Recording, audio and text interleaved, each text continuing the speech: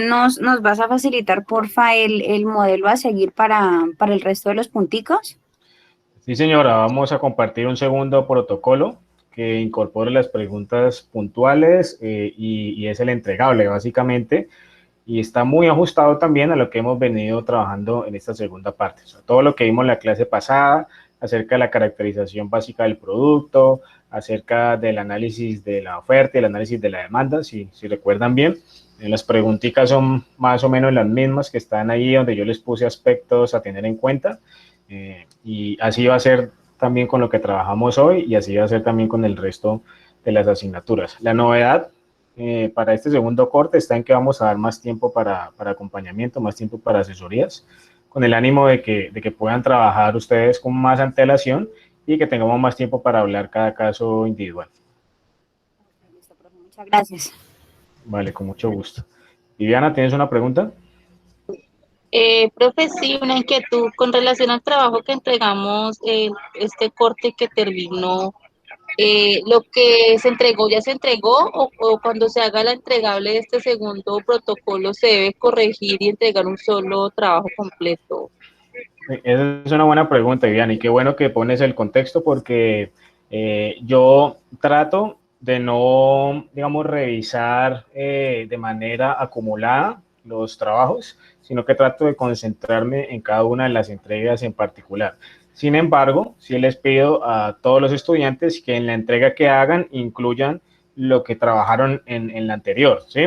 En otras palabras, no les voy a calificar de manera acumulada, o sea, su nota de este segundo corte no va a depender de lo que hicieron también en el primero más las correcciones, sino que me voy a enfocar en el segundo, pero sí les voy a pedir que me entreguen todo, como para poder entrar en contexto, porque si solamente me entregan la segunda parte, que va a ser las estrategias de producto y las estrategias de precio, más el análisis de oferta y de demanda, pues si yo no tengo la información previa de la fundamentación del problema, de la investigación, del cuestionario que hicieron y todo eso, voy a quedar como en el aire.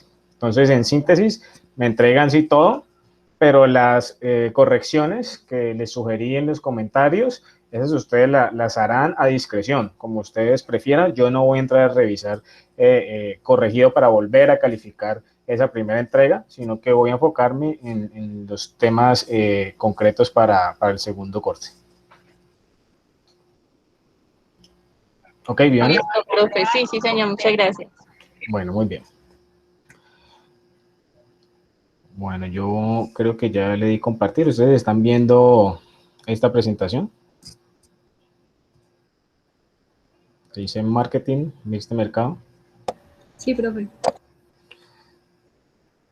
Bueno, antes de empezar, quiero hacerles una consulta y que ustedes me cuenten si a estas alturas del proceso formativo ustedes ya han visto alguna asignatura de mercadeo y cómo se llama para poder conectarla con lo que les voy a explicar, o si no han visto nada todavía.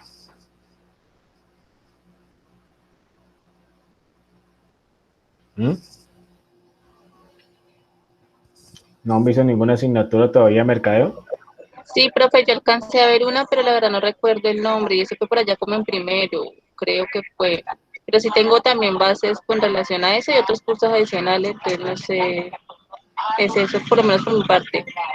Ok, Viviana, gracias por contarnos. ¿Algún otro estudiante que se acuerde? ¿Han visto ya alguna asignatura de mercadeo o esta es la primera vez?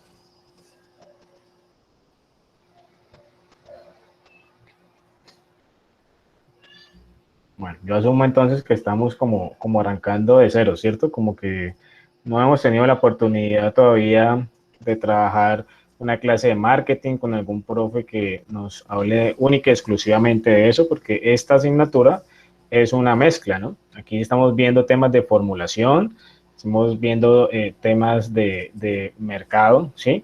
Pero estamos viéndolo más a nivel como de análisis de ese mercado y no tanto de las estrategias, sino solamente a partir de este momento, que es justamente lo que trata el marketing. Entonces, vamos a arrancar desde el principio, mejor dicho. Vamos a explicar un poco en qué consiste la temática en la que nos adentramos desde hoy y por qué es importante para esta asignatura y para su formación en general. Bueno, marketing o mercadeo, como también se le llama, pues es una disciplina que se enfoca en estudiar, por supuesto, los mercados desde una perspectiva estratégica para poder desarrollar acciones y actividades que redunden en el mejoramiento de la posición de las empresas, del posicionamiento de sus productos, de la manera como captan los clientes, de la fidelización de estos clientes y de todo un universo de objetivos específicos que hay para las empresas que destinan no solamente dinero, sino recursos, o sea, personas, tecnología y muchas otras cosas para poder lograr afianzar esos resultados que tienen que ver con los clientes.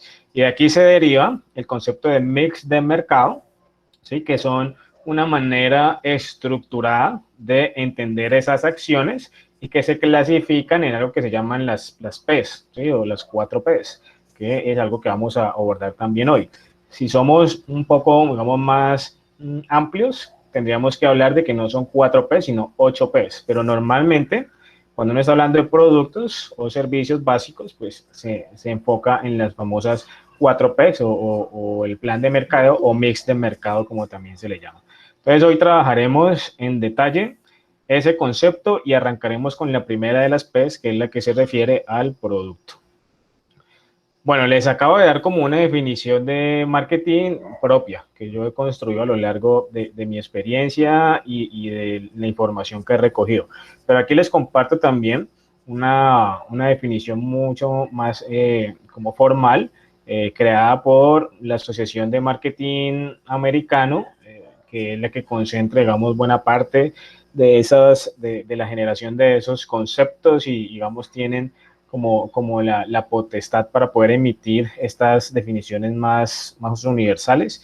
Y dicen lo siguiente: proceso de planificación y ejecución del producto, precio, promoción y distribución de las ideas, bienes y servicios. Este lo entendemos también como plaza. O sea, aquí están las famosas 4 P's del marketing, de las que les estaba hablando hace un momento, a fin de crear intercambios que satisfagan tanto objetivos individuales como de las organizaciones también. La mayoría de esos objetivos tienen que ver claramente con el crecimiento de la empresa, ¿no? Pero también con la sostenibilidad de la misma y con la generación de valor agregado hacia los clientes. Entonces, esta definición encierra bastante bien lo que se busca hacer con todos los esfuerzos conexos a los objetivos de marketing. ¿Y por qué entonces el marketing tiene cabida en las empresas? ¿O por qué es que es una disciplina que hoy en día hay muchos profesionales que se dedican a eso, que cumplen un rol muy importante dentro de las organizaciones, y es establecer estas estrategias de marketing para mejorar los resultados en las compañías? Pues porque siempre existen procesos de intercambio, ¿sí? Cuando uno está hablando de negocios, de empresas, es porque alguien está interesado en pagar por algo que alguien está dispuesto también a dar o proveer, ¿sí? Es decir, eso es economía básica, ¿no? Existen unos agentes económicos y esos agentes económicos generan interacciones que se convierten en intercambios comerciales cuando ya digamos, pasan a la práctica, se vuelven algo real. Normalmente, pues son entre empresas y consumidores, pero también pueden ser entre empresas y otras empresas o las distintas categorías de actores económicos que hay en un determinado mercado. Pero ¿cuáles son entonces las características que permiten entonces que se dé ese proceso de intercambio? Pues que hay por lo menos dos actores, o sea, dos interesados que están dispuestos a uno pagar y el otro a proveer, ¿sí? Cada actor tiene algo que valorar del otro, ¿sí? Justamente como lo explico. Existe también un sistema de comunicación y entrega, o sea que están claras unas reglas de entendimiento y de juego para dejar clara la ruta también por medio de la cual se pueden comunicar estas partes o se pueden llevar a cabo el proceso de intercambio, que se refiere un poco también como a ese marco legal que rige a las empresas y a las actividades de marketing también. Hay libertad para aceptar o rechazar la oferta, es decir, el libre mercado. Si bien un proceso de intercambio no se da entre dos agentes, puede darse luego entre otros o alguno de esos agentes también en otras condiciones podría ahí sí darse el intercambio comercial, ya todo depende como de las condiciones, pero cada uno de ellos es libre de aceptar o rechazar las propuestas. Y existen autoridades y medios para hacer la transacción en el caso de todo lo que tiene que ver con industria, comercio y demás, y servicios en general, pues está para el caso colombiano la superintendencia, ¿no? La superintendencia de industria y comercio, que es la encargada de monitorear el actuar de muchas empresas, especialmente de las empresas grandes, ¿no? Que son las que a veces por ese poder que tienen de mercado, pues uno como cliente individual le suele ser muy difícil poder reclamar si la disposición de ellos es contraria o si es negativa. ¿Sí? Yo voy a poner un ejemplo que me pasó el año pasado, que tuve un problema con mi vehículo y lo llevé a un concesionario porque todavía pues estaba en garantía y no me querían responder por un recambio de una pieza, una farola.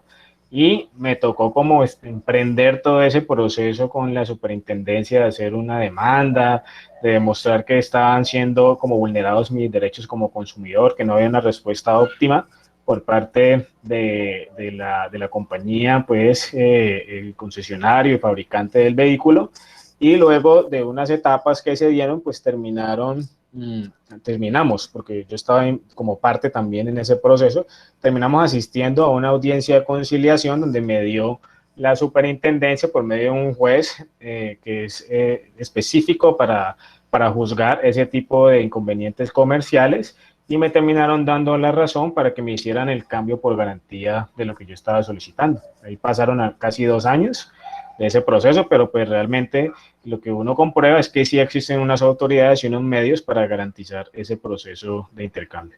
Bueno, por aquí me pareció ver que alguien estaba alzando la mano. Andrés, Iván Andrés, ¿tienes una pregunta, algún aporte? ¿O fue por error?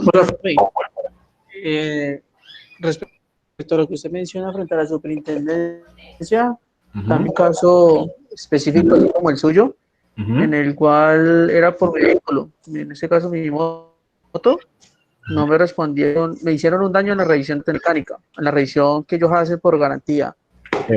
Y frente a eso pues ofrecer demanda, aunque pues me causa la curiosidad que usted quiera ante un juez y demás. Lo mío fue totalmente virtual, sé que el fallo salió a mi favor y hasta me dieron una indemnización porque pues la empresa me estaba incumpliendo. Entonces, pues, o sea, frente a eso, a lo que usted comenta, la superintendencia le da mucho respaldo al cliente cuando una empresa macro, pues, se da, por decirlo, el lujo de decir no. Y muchas veces nosotros los consumidores damos como, nos da temor demandarlo o diligenciar un formulario ante la superintendencia porque en teoría piensan de que uno necesita de un abogado y todo lo demás, pero en realidad eso es muy fácil. Solamente iniciar un formulario, estar haciendo seguimiento de los casos y listo. Así fue mi experiencia y sí, desde mi punto de vista siempre yo voy en contra de que si yo compro algo nuevo, o sea, tiene que contar con toda la garantía y demás, porque para eso estoy pagando por un producto nuevo. Y muchas empresas se dan el lujo de no responder frente a ese tipo de cosas.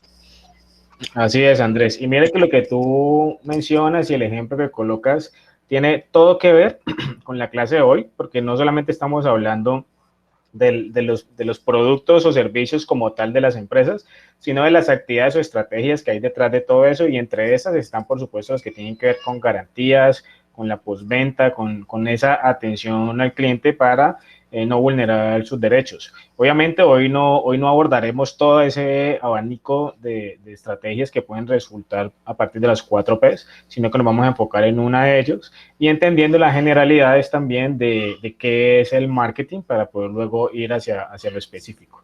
Y complementando mi caso, ya que tú mencionaste, Iván, que me tocó ir con un juez, y en mi caso pasó así, porque la Mazda, que era la contraparte, pues ellos respondieron a la denuncia, ¿sí? O sea, ellos trataron de defenderse y ya en ese caso se crea como una especie de litigio en el cual un juez tiene que entrar a pronunciarse, pero la mayoría de los casos las empresas simplemente dejan pasar los términos y ya tú por el hecho de haber sido como quien manifestó el inconveniente y haciendo como el llamado a los derechos básicos del consumidor, pues ya terminan fallándote de entrada, pero cuando ellos responden, pues se da el debido proceso.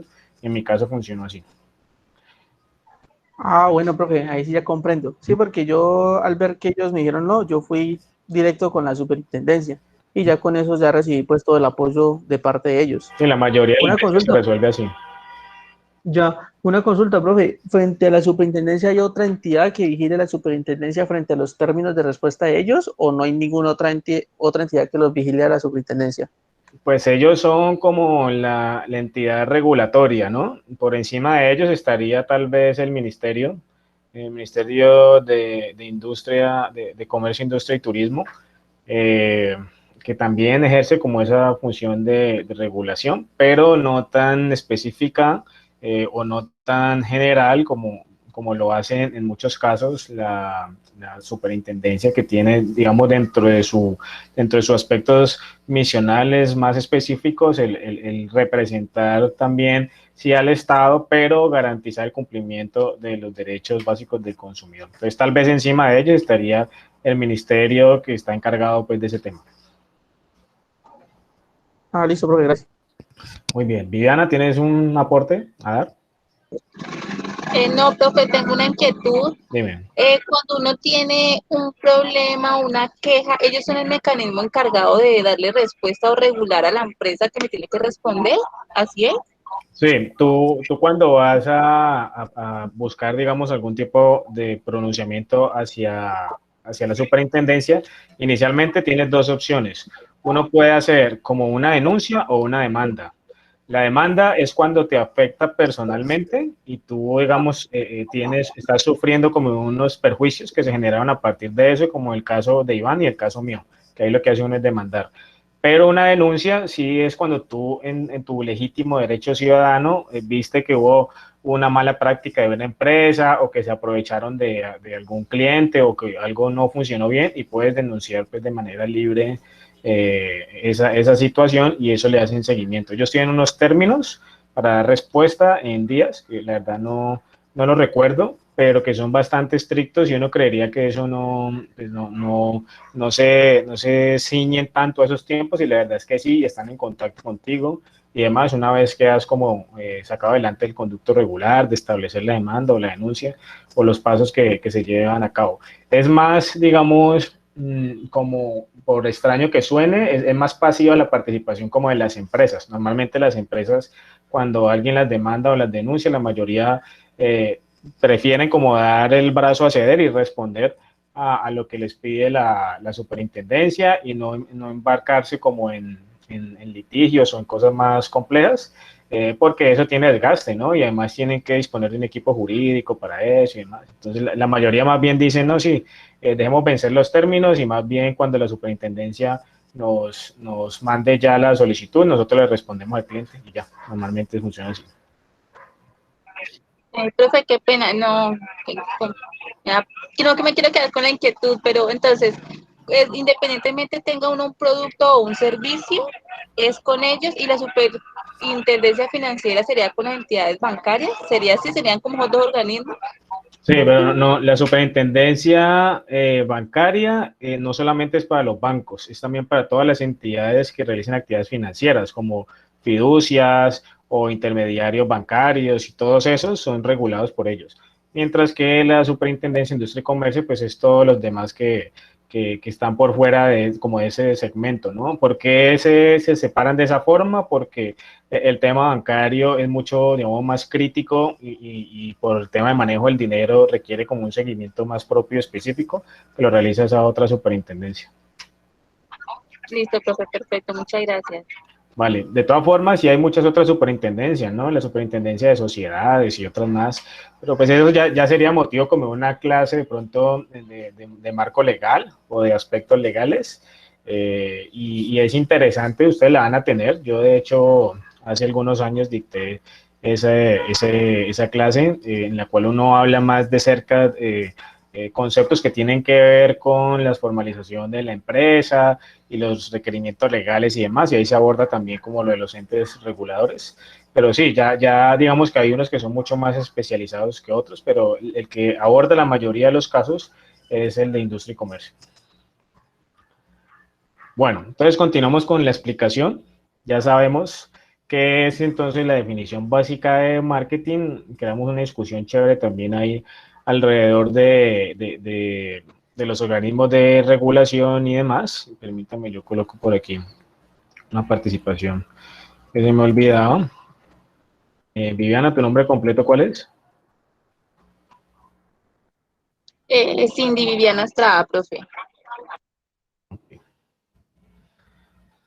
Y ahorita vamos a enfocarnos entonces en lo que necesitamos priorizar, lo que necesitamos aprender para responder el protocolo y para responder a las exigencias de la asignatura también. El marketing mix o plan de mercadeo, ambos nombres son válidos para lo que vamos a estudiar. Es cuestión como de que uno es más comercial que el otro, ¿sí? Por ejemplo, en el argot académico se usa mucho más el de plan de mercadeo. Pero si tú vas a las empresas, se manejan más como algunos anglicismos y el marketing es muy de eso, ¿no? Es muy de anglicismos. Entonces allí no se habla de entradas, sino de inputs y de salidas de los procesos, sino de outputs y muchos como palabras en inglés que dice uno como que a veces no son tan necesarias, pero que hay que mencionarlas y en otros casos porque fue en ese idioma original que se concibieron, ¿no? Pero podemos entonces entenderlo de cualquiera de las dos maneras, como marketing mix o como plan de mercadeo. Ahora, cuando estamos hablando del plan de mercadeo, que ya les había mencionado que son todas las estrategias que giran en torno al logro de los objetivos de mercado y estratégicos de la empresa, pues tenemos que hablar obligatoriamente de las 4 P's, ¿sí? ¿Cuáles son esas 4 P's, según Philip Kotler, que es uno de los autores, digamos, recientes más sobresalientes en temas de estrategia empresarial y en temas de marketing, que han diseñado herramientas muy interesantes y que son también académicos, ¿no? Son de origen, o sea, vienen de trabajar con universidades y con firmas de consultoría y por ende, pues, tienen un renombre y un rol muy especial también a nivel de conocimiento, pues, que imparten. Entonces, ¿de qué se habla en las 4 P del marketing? Se habla, por un lado, del producto, todo lo que tiene que ver con el producto, luego con la promoción, entendiendo la promoción no únicamente como el pague 2 y lleve 3, sino también como la promoción de divulgación, de darse a conocer más fácilmente, de que más personas y más interlocutores te conozcan, o sea, como publicidad también estaría incorporado en este elemento. El precio, lógicamente, pues tiene que ver mucho con el valor cuantitativo que se define para los productos, pero resulta que ese valor tiene mucho que analizar y tiene mucho que definir. Para empezar, yo podría decirles que los precios se pueden definir de varias formas, no solamente a partir de lo obvio, que es de lo que me cuesta a mí hacer los productos, o sea, de los costos, sino también a partir de los promedios del mercado y de la demanda y muchas otras cosas, considerando el concepto de escasez, pues, y demás, que puede llevar a tener variaciones sobre el precio. En economía, como yo soy profe de economía también y de hecho enseño temas que son relacionados con microeconomía, y en la microeconomía uno analiza las interacciones entre los agentes económicos a nivel individual, o sea, entre empresas y personas, pues ahí es donde uno más que nada confirma que el precio y las cantidades son de esas, las cantidades a colocar en el mercado, me refiero, o sea, las cantidades a producir son de esas decisiones estratégicas que toman las empresas, que siempre tienen que pensarse muy bien, y existen modelos microeconómicos para analizar distintos tipos de mercados que se conocen como mercados de competencia perfecta, donde hay unas condiciones más igualitarias o cercanas a ser lo más igualitarias posible, y mercados de competencia imperfecta, que son los más usuales, ¿sí? Yo sé que suena como a paradoja, que los imperfectos sean mucho más que los buenos y que los perfectos, pero cuando uno habla de mercados o estructuras de mercado imperfectos, está hablando, por ejemplo, de los monopolios, de los oligopolios, de la competencia monopolística, que son la mayoría de los casos que uno ve en condiciones reales. Por ejemplo, aquí en Colombia, pues, algo que está muy de moda ahorita con el tema de los operadores de telefonía móvil, que hace rato estaban los mismos 4 o 5 de siempre, Claro, Movistar, Tigo, Avantel y no me acuerdo del otro. Y ahorita llegó uno nuevo que se llama WOM, que está tratando de penetrar el mercado y de captar una torta, una parte de ese mercado. Dentro de la torta me refiero a la participación que tienen todos, captar una parte de eso, con una estrategia muy agresiva que tiene que ver con servicios, oferta de servicios a casi que la mitad del precio de lo que ya venía manejando la industria. Entonces, eso nos confirma también que el tema del precio y las cantidades es una prioridad y en ese ejemplo que les coloco, que es uno de los estructuras de mercado de competencia imperfecta, pues claramente el precio tiene toda la relevancia también como elemento no solamente de la economía, sino desde el marketing también, a considerar y a pensar muy bien. Finalmente, está la plaza, y uno habla aquí de plaza o de distribución, como también se le conoce, porque suele asociarse esa estrategia a todo lo que tiene que ver como con un lugar físico, con una infraestructura. Entonces, muchas empresas, la gran mayoría, requieren de esa infraestructura, ese lugar físico, ¿cierto? A partir del cual desplegan sus operaciones. Pero también hay unas que no. Ustedes me dirán, profe, y las empresas, por ejemplo, de servicio o las que venden solamente por internet y demás que no tienen un punto físico para el cliente, pues bueno, digamos que no es que tengan el sitio físico, pero igual tienen que desarrollar unas estrategias asociadas a lo físico, como por ejemplo hacia la distribución, hacia cómo hago yo llegar mis productos hacia el cliente, hacia qué canales estoy usando para hacer llegar esos productos hasta el cliente. Entonces, todo eso va a ser lo que vamos a abordar en su momento también, y vamos a destinar una clase a cada tema, mejor dicho, porque es así de importante y es así de robusto también, y vamos a destinar uno a cada tema. Bueno, aquí en síntesis les digo como algunas ideas o conceptos importantes para cada una de estas tres. En la que tiene que ver con el producto, que es la que abordaremos hoy, pues el tema de calidad, de diseño, de las características del producto, de la marca como tal, del empaque, de los tamaños, es fundamental y vamos a tener que hablarlo ahorita en detalle. En cuanto a promoción, como les decía hace un rato, no es solamente la promoción de vender más rápido, sino la otro tipo de promoción que tiene que ver con la divulgación y con publicidad. Aquí abordaremos también lo relacionado con las fuerzas y los equipos de ventas, cómo definir unas condiciones claras para cada uno de esos miembros de la fuerza de ventas para que trabajen, digamos, en pro del objetivo común. Yo casi todas mis clases menciono esta frase y es que el éxito de una empresa muchas veces recae sobre ese talento comercial, sobre ese equipo de ventas, porque normalmente desarrollar esas competencias de ventas son más difíciles que el resto de competencias administrativas. No es que sea siempre así, pero fíjense ustedes en las empresas y verán que los equipos comerciales suelen ser los más consentidos, o los que mejores condiciones tienen, los que más plata ganan, por ejemplo. Y eso se debe a que la función que tienen ellos, pues, tiene que ver directamente con la cantidad de ingresos que recibe la empresa y desarrollar esas habilidades que tienen que ver con oratoria, con conocimiento del producto, con persuasión y con muchas otras cosas más para poder convencer clientes con facilidad. No son fáciles de desarrollar, toman tiempo, toman años, y los buenos vendedores pues son buscados por las empresas para ir a ejercer sus actividades, sus talentos en ellas. Hablaremos también de todo eso, hablaremos de merchandising, que es como ese material que viene con la marca de la empresa, que sirve para dejar recordación o para posicionar también un poco en ciertos espacios la marca de la empresa. Bueno, ahí trabajaremos todo eso. Con respecto al precio, como les decía, pues la definición de los precios, considerar también descuentos, las asignaciones, los periodos o los términos de pago, si existen o no políticas de crédito, medios de pago, bueno, varias cosas más que abordaremos cuando estemos trabajando esta parte. Y con respecto a la plaza, pues los canales de distribución, utilizar y por qué, justificarlos, el nivel de cobertura que busca la empresa. Hoy en día uno dice que con el internet se puede vender prácticamente cualquier parte del mundo, pero en la vida real hay limitaciones, ¿no? Por ejemplo, si usted quiere vender en el exterior, eso no le basta a usted con tener una página y ya. Tiene que prepararse para poderlo hacer, tiene que definir y garantizar todo un esquema de distribución internacional en ese caso, y eso cuesta dinero y requiere contactos y requiere conocimiento también de ese proceso. Entonces, aunque exista el Internet, igual hay que acotar y hay que como precisar alcances y cobertura.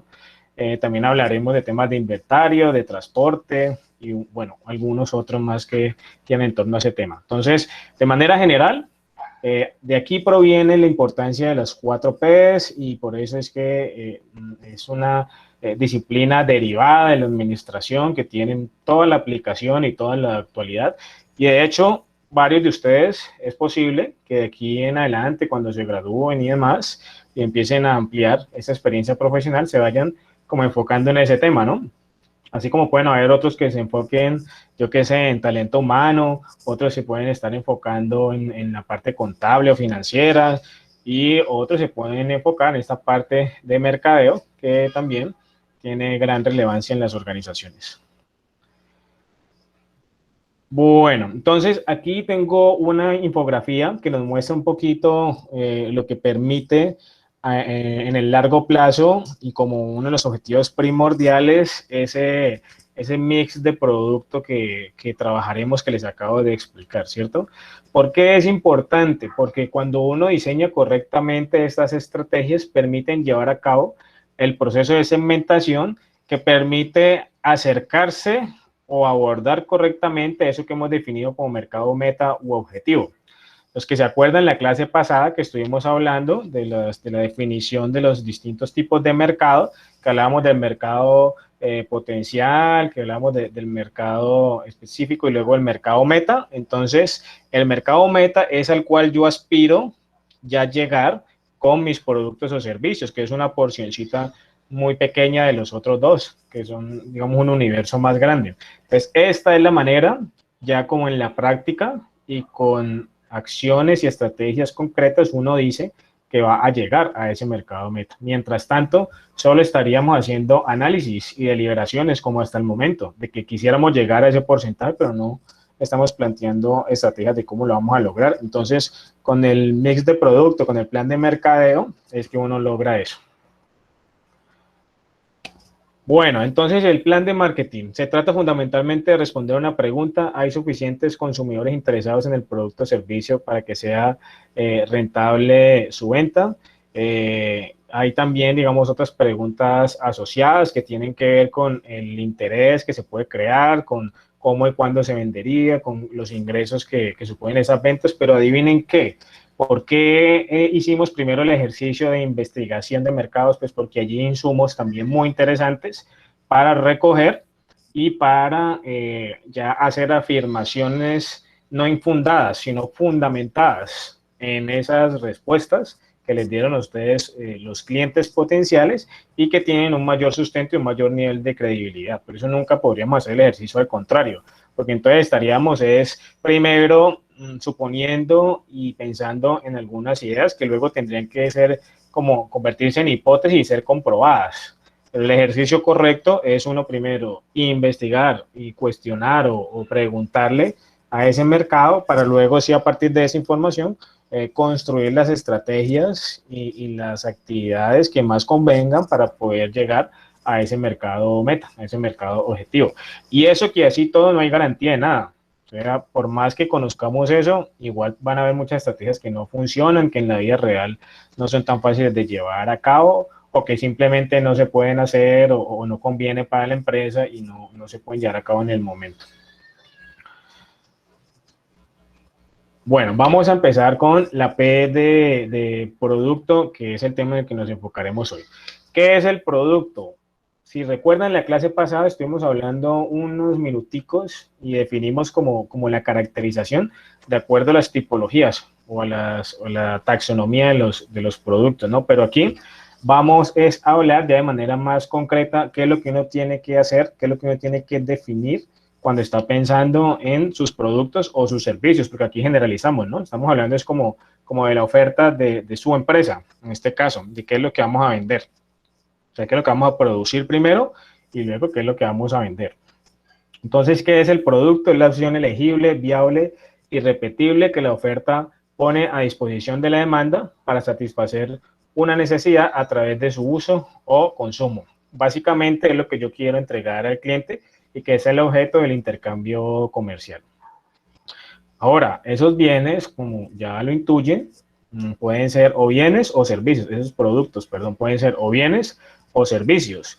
¿Cuál es la diferencia entre el bien y el servicio? Pues que el bien es tangible. O sea que cuando uno habla del bien, sí habla de algo que puede guardar, que puede almacenar, que puede palpar, que puede tocar, ¿sí? Mientras que cuando habla de servicios son cosas más etéreas, digamos, intangibles, que no se pueden organizar tan fácilmente como los bienes, pero que de igual forma se requieren, se consumen, y como característica principal hay que explicar que estos elementos como servicios se consumen en el mismo momento en el que se requieren, ¿sí? O sea, no se pueden guardar para después, no se pueden tener almacenados, sino que es en el mismo momento en el que se requieren, y normalmente son un poquito más difíciles de explicar y se pueden explicar mejor, es como por medio del proceso que se lleva a cabo, pero no quiere decir eso que no sean igualmente viables que los bienes tangibles.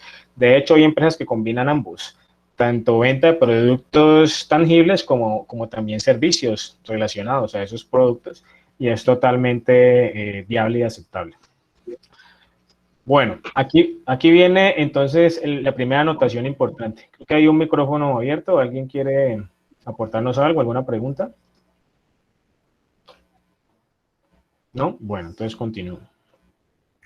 Aquí viene la primera acotación importante, y lo primero es reconocer algo. Yo sé que todos ustedes han venido haciendo un ejercicio juicioso de analizar entonces el problema de sus clientes, de pensar y estudiar su industria, su sector. Inclusive los más juiciosos ya habrán investigado bien a sus clientes con la encuesta, analizando la información y todo eso. Pero yo también, no puedo generalizarlo, pero estoy bastante convencido de que la mayoría no tiene claro aún qué es lo que va a vender. Y cuando yo les hablo de qué es lo que va a vender, no es que me digan, ah, no, profe, nosotros vamos a vender productos de panadería, ¿sí? O nosotros vamos a vender productos de limpieza y ya. No, es la especificidad. O sea, qué productos, de qué características, de qué tamaños, cómo me los distingue usted unos de otros. O sea, la precisión de qué es lo que se va a ofrecer, ¿sí? Y inclusive empezar a como costear un poco también ese producto o esos servicios para tenerlo aún más claro. Esa es la idea cuando estamos hablando aquí del producto. Y yo lo llamo definir el portafolio de productos o servicios. Miren lo que les coloqué aquí. Es la definición de los productos o servicios específicos que serán sujetos del análisis y tienen como finalidad ser ofertados al cliente. Entonces, aquí hay unas recomendaciones muy importantes y ahorita voy a tomar un ejemplo o un par de ejemplos de ideas de la clase, o sea, de las que ustedes vienen trabajando y algunos de los grupos, para poder precisar mejor esto. ¿Cuáles son las recomendaciones o los tips? Pues primero que hay que evitar las generalidades a toda costa. Un ejemplo, si yo estoy pensando en vender productos de panadería, no puedo seguir hablando de aquí en adelante que voy a vender todo tipo de pan integral, sino que tengo que decir ya con más precisión, vamos a vender panes de tal tamaño, de tal característica, vamos a vender también panquesos que tienen este y esta característica, vamos a vender también unas tostadas y así sucesivamente. O sea, hay que precisar los productos que se van a vender y dejar de lado las generalidades.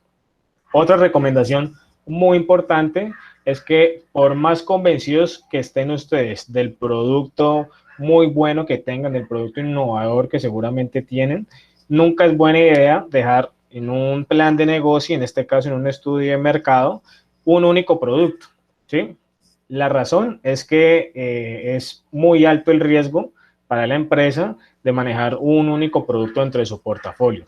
Por lo menos tienen que proponer unos 3 tipos de productos diferentes o relacionados, pues que sean presentaciones distintas. Y se los digo también desde mi perspectiva como evaluador y como jurado que he sido de trabajo, ¿no?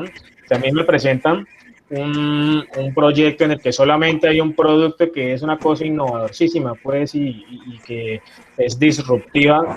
Yo la primera pregunta que les hago es, ¿qué pasaría si la demanda no responde como usted espera y las ventas no se cumplen ni siquiera el 10%? ¿Qué va a hacer la empresa?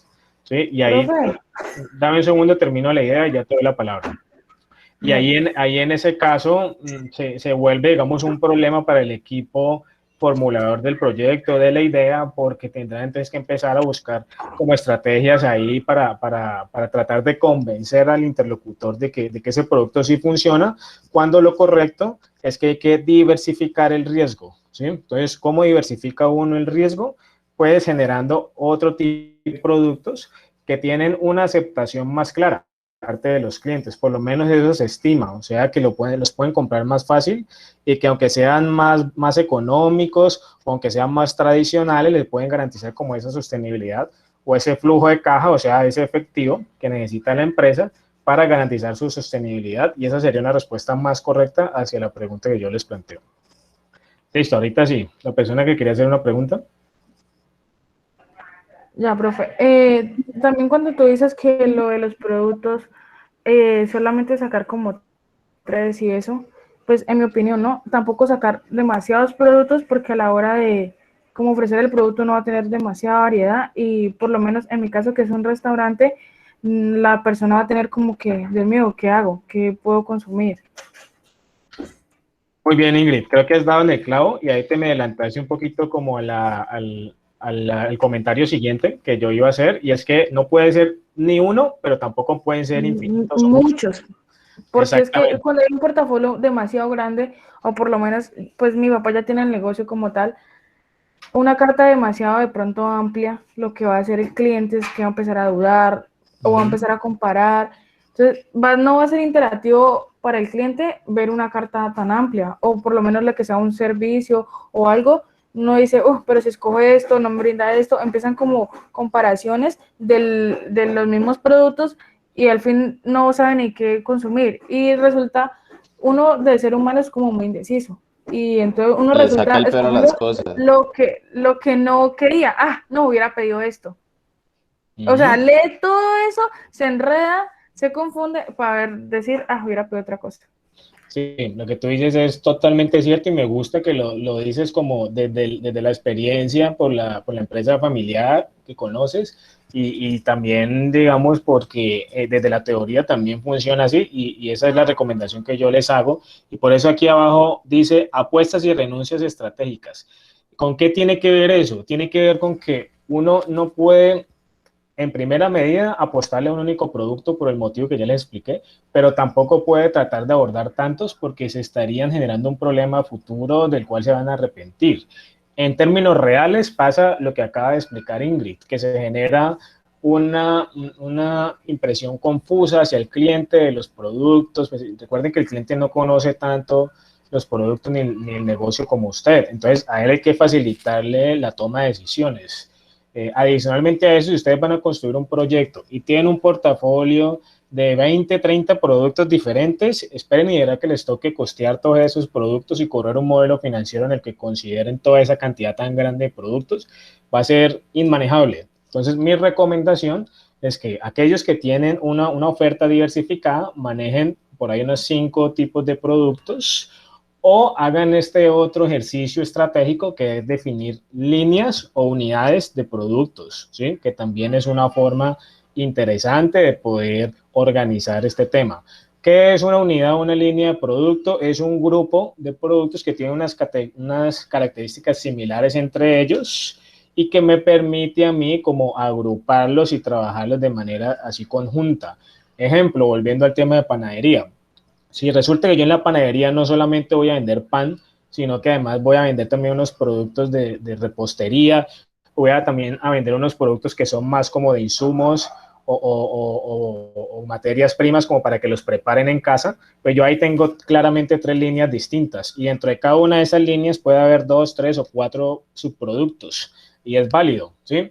O yo lo que podría hacer también, de acuerdo a lo que estime el equipo desarrollador de la propuesta, es simplemente coger uno de cada una de esas unidades y colocarlos, digamos, dentro del portafolio y apostarle a esos para la primera, digamos, para el estudio de mercado, que también sería válido. Ya depende como de la percepción que ustedes tengan. ¿Cuál sería como una recomendación a tener en cuenta en ese sentido también? Si ustedes tienen unos como catálogos o muchas opciones de productos, entonces ahí sí piensen en unidades o en líneas de productos. Pero si ustedes tienen unos pocos productos que son como los más reconocidos y los que quieren apostar, entonces trabajen con esos 3 o máximo 5 productos que son los que más adelante les van a permitir, por ejemplo, construir una proyección de ventas, van a tener que costearlos y como dije hace un rato, pues van a ser también la fuente o el insumo para poder correr el modelo financiero. Entonces, ahí es donde aparecen las apuestas y renuncias estratégicas. No abordar la mayor cantidad posible de cosas o de opciones es bueno. Hay que renunciar a algunas de ellas y quedarse ¿con cuáles? Con las que ustedes ya han venido entendiendo por la investigación que han hecho, que son las que más convienen, que son las que están en tendencia, las que el cliente más está dispuesto a pagar. A esas es a las que hay que apostarle, ¿listo? Entonces, conclusión, en esta primera parte hay que definir claramente cuáles son esos productos o servicios que yo voy a ofrecer, ¿ok? Si quieren tener unas ideas más claras acerca de cómo definirlos, pues piensen en esto que dice aquí. Piensen en acerca del producto, pero en el tamaño que debe tener o que el cliente espera que le vendan, y ahí pueden salir las distintas presentaciones, ¿no? 1 o 2 presentaciones de producto, una que sea como familiar y otra que sea personal, como funciona, por ejemplo, con las gaseosas o ciertos tipos de productos de consumo humano. También piensen en las combinaciones, volviendo al ejemplo de la panadería, pues puede que un pan, una combinación sea pan con pasas, el otro sea pan mantequilla, el otro sea, no sé, todas las que ustedes en el desarrollo del estudio vayan definiendo, pero esas distintas combinaciones son las que les permiten aclarar si deben desarrollar o unos productos específicos o unas líneas de productos para tenerlo claro dentro de su portafolio. ¿Listo? La principal, digamos, utilidad que uno le da a precisar este portafolio es que más adelante les va a permitir costear. Y aquí también, cuando estemos hablando del tema de precios, vamos a hacer unos costeos básicos. Entonces necesitamos saber con claridad qué es lo que ustedes quieren vender dentro de ese estudio de mercado que están realizando. Bueno, ¿alguna otra pregunta acerca de este primer punto, muchachos, o vamos claros aquí?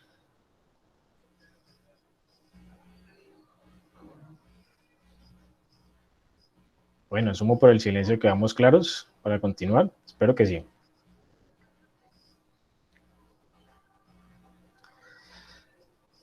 Bueno, aquí quise listarles también, chicos, unas preguntas orientadoras. Estas preguntas orientadoras les pueden llevar a ustedes de manera más rápida a concluir cuáles deben ser esos productos o esas unidades o líneas de productos o de servicios también que deben desarrollar.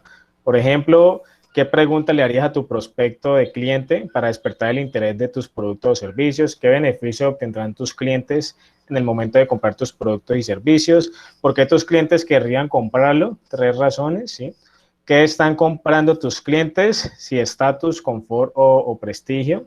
¿Y qué garantías tienes para tus clientes? Ojo, porque aquí dice preguntas orientadoras. Eso no quiere decir que ustedes tengan que responderlas en el protocolo. El protocolo dice qué es lo que hay que responder.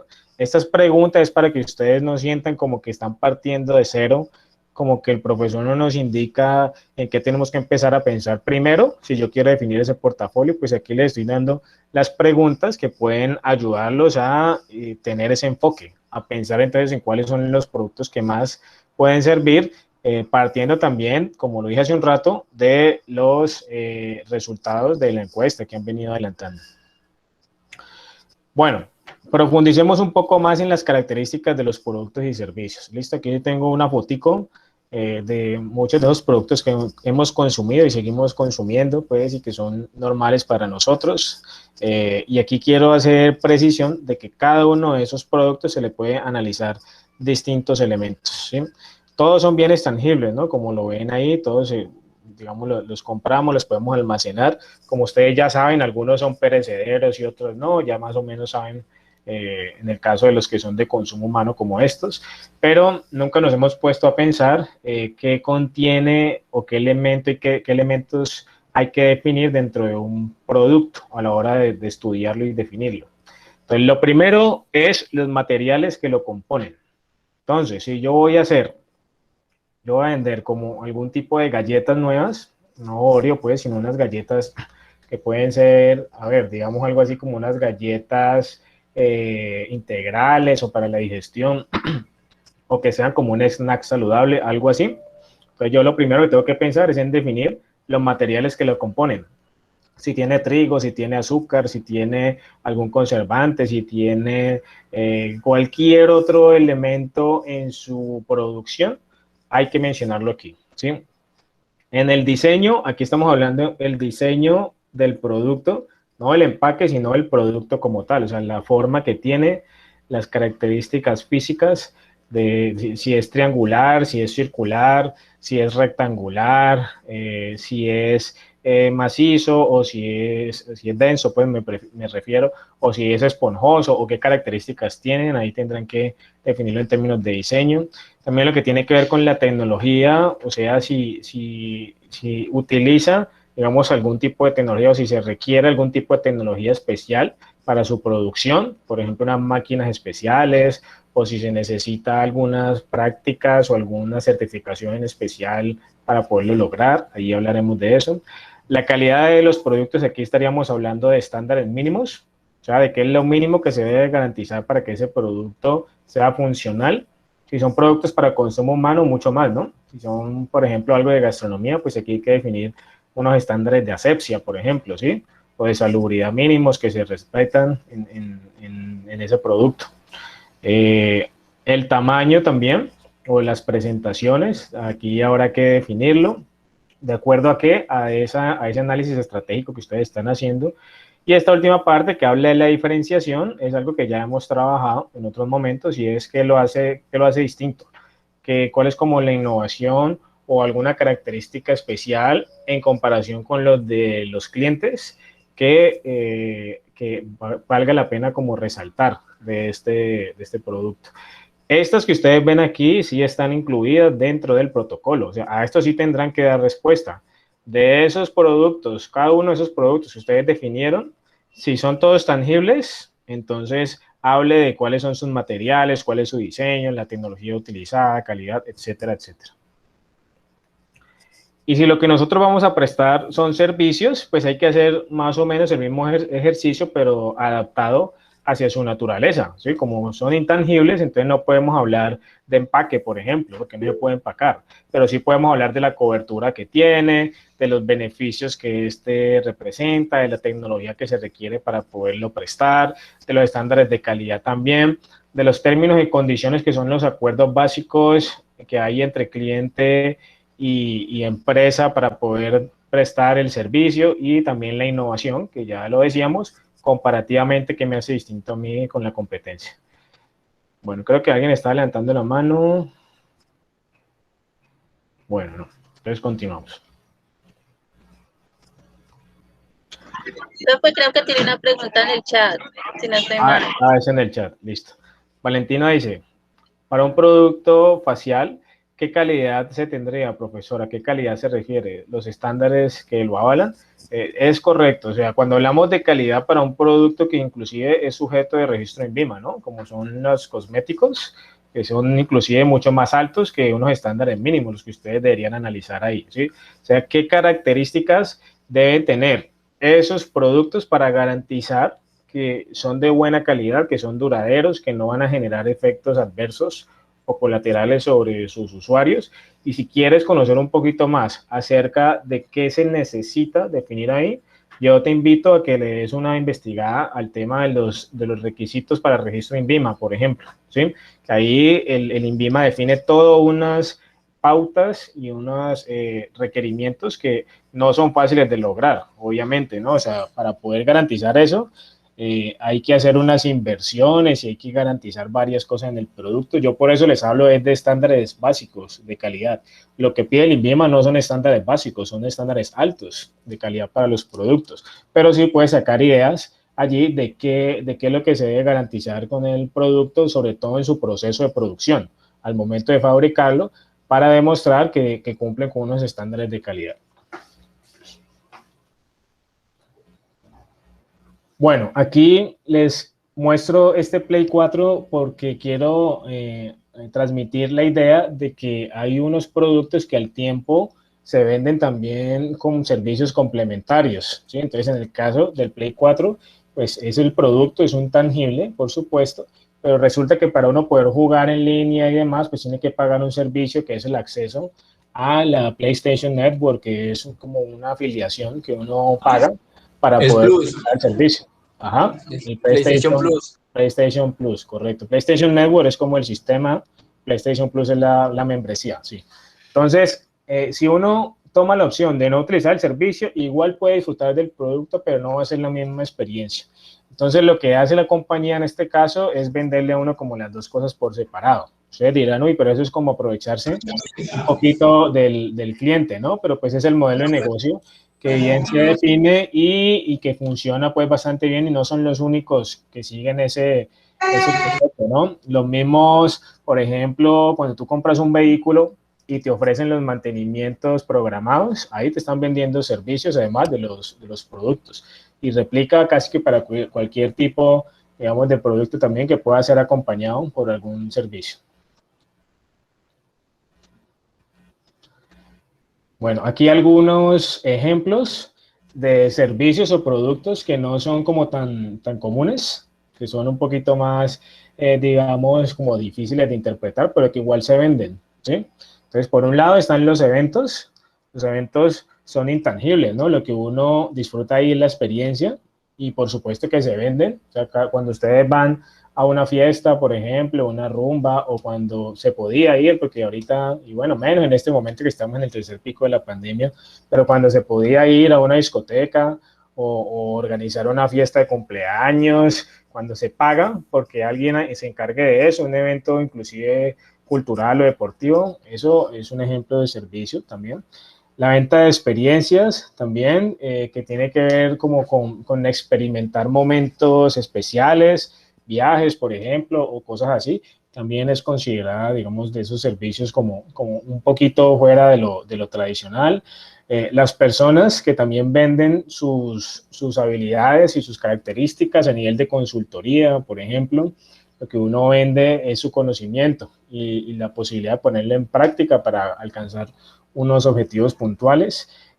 También hay lugares que se venden y que por la historia y por todo lo que los antecede, pues se convierte en algo atractivo y que las personas estarían dispuestos a pagar por ello. Aquí en Colombia pues hay muchísimos. Yo aquí puse como algunos que son monumentos del mundo, pues el Coliseo Romano, la muralla china, pues las pirámides aztecas y todo eso, pero hay muchísimos también aquí en Colombia que son, digamos, potencialmente turísticos y que la gente estaría muy dispuesto a conocer. Por ejemplo, el río de 7 colores en el llano. Aquí también todo lo que hay en el Valle del Cauca a nivel de avistamiento de aves y otras cosas. Bueno, hay muchos lugares y ejemplos de este tipo de servicios que se pueden vender. La información también se vende, el conocimiento también se vende, es, digamos, lo que está en auge desde hace ya bastantes años. Es lo que la revolución industrial 4.0, ¿sí? Ha traído y ha acentuado bastante bien, que es el tema de comerciar con la información. Entonces, todo lo que hacen las redes sociales, por ejemplo, es comerciar con la información y con la data que recogen. Pero no es algo nuevo, porque también cuando se comercializaban los libros, las enciclopedias, publicaciones, ya sean físicas o virtuales, se estaba comercializando con el conocimiento, solamente que no de una forma como tan intrusiva y tan masiva como se hace hoy en día con las redes sociales. Y también el tema de la venta de ideas, ¿sí? Que es un poco más complejo porque ya parece un elemento de propiedad intelectual, pero hay proveedores o empresas que están dispuestos a vender como sus ideas o sus proyectos. Por ejemplo, los arquitectos con los diseños que hacen, o los dibujantes, o los diseñadores, o los artistas, cuando le venden sus obras a productoras o algún tercero pues que desea adquirirlas. Ahí lo que se están vendiendo son esas ideas y los productos que resultan de ello. Bueno, el paso a seguir es hablar de algo que acompaña a los productos, ¿sí? En la mayoría de ellos está presente y es una realidad que hay que considerarlo, pero que hay también aquí mucho espacio para generar elementos de innovación. Tiene que ver con el empaque. El empaque no es lo mismo que el envase, ¿sí? El envase es el que recubre el producto en su sentido más específico. Por ejemplo, el envase aquí sería la botella como tal, en la que viene el líquido, que es la loción, ¿cierto? Pero el empaque es el que lo recubre como tratando de no contenerlo, sino de brindarle algún tipo de protección frente al entorno, que sería la caja metálica que ustedes están viendo aquí. Es una loción pues que es muy famosa, que se llama Jean Paul Gaultier, y que viene en su presentación para hombres y para mujeres, y que siempre ha llamado mucho la atención como tanto su empaque como su envase. Lo quise colocar aquí como objeto de análisis también. Hay otros tipos de empaques que normalmente, digamos, aparecen en el análisis. Es cuando uno está pensando en comercializar, pero ya a mayor volumen, ¿sí? Donde requieren unos tipos de empaques más como grandes, pues, o para movilizar mayor cantidad de productos. Y un ejemplo perfecto, pues, son las cremas dentales, ¿no? Entonces, ¿cuál es el empaque primario de las cremas dentales? Pues vendría siendo este de acá, ¿no? Que es el de la cajita, porque este es el envase en el que viene, el de plástico. Pero además de estas cajitas, usted las puede encontrar también cuando los compra por cantidad en estas otras cajas de cartón, que a su vez varias de esas cajas conforman otro empaque terciario, que son las que distribuyen, me imagino, ya cuando están vendiendo al por mayor, ¿no? Entonces, no necesariamente van a aplicar para sus proyectos empaques secundarios y terciarios, pero sí quería explicarles el concepto de que desde el marketing se entiende así, y es una realidad también que hay algunos productos que tienen empaques secundarios y terciarios. Por otro lado, hay unos servicios que son susceptibles también de llevar empaques, por extraño que suene, ¿no? Digamos que es más como a nivel conmemorativo, por así decirlo, o simbólico, que es el empaque, porque realmente no se necesita para prestar el servicio, pero al cliente le genera algún tipo de valor tenerlo. Entonces, un ejemplo son los empaques que se le dan a los servicios de las pólizas de seguro, ya sea seguros de vida, de vehículo o de hogar o de lo que sea. A ti te entregan una cartillita como esa que usted ve aquí, donde le explican todo digamos, las opciones y las condiciones que incurre el seguro, ¿no? O que contempla el seguro. Que a la mayoría de eso nos lo mandan es por internet y en un solo documento ahí todo, pues sí, pero también para ciertos segmentos de clientes esto es valioso. Lo mismo pasa con el servicio de Netflix, Spotify, o el que nos venden en muchas cadenas de mercado como Falabella, por ejemplo, la 14, cualquiera de esas que nos venden tarjetas de regalo. Pues uno realmente para usar el servicio no es que lo necesite, más allá del código que tiene incluido, pero el producto como tal es simbólico, es conmemorativo, es como para darle al cliente la sensación de que además de que el servicio lo puede tomar cuando lo necesite ahí y se le va a garantizar, pues tiene algo como el recordatorio que le indica también a qué tiene acceso. Bueno, los que estén como pensando en desarrollar servicios para sus estudios de mercado, pues ya saben que una buena sugerencia, si así lo requiere el análisis, pues sería incluir de pronto algún tipo de empaque simbólico como ese que estamos viendo aquí. Bueno, ese tema de los atributos y los beneficios del producto es importante, ¿no? Porque aquí es donde profundizamos un poco más como en esas características de las que estábamos hablando hace un rato. Entonces, ¿qué son los atributos y características específicas de un producto? Pues entre ellas se puede hablar de las formulaciones o ingredientes, de los componentes y funciones, de las dimensiones y características físicas y del envase o empaque. O sea, todo lo que les acabo de explicar aquí recientemente entra a complementar estos conceptos iniciales de los que estábamos hablando, que también hay que explicar. Entonces, luego de explicar esos conceptos iniciales, y esto sí está en el protocolo, toca hablar entonces aquí de si hay algunas formulaciones específicas o los ingredientes que comprenden o que dan origen a esos productos, de sus componentes, de sus dimensiones, o sea, sus formas, sus características, el envase y el empaque, y sabe de dónde sale el insumo para definir estos atributos de manera más directa. El primer ejercicio que ustedes hicieron acá.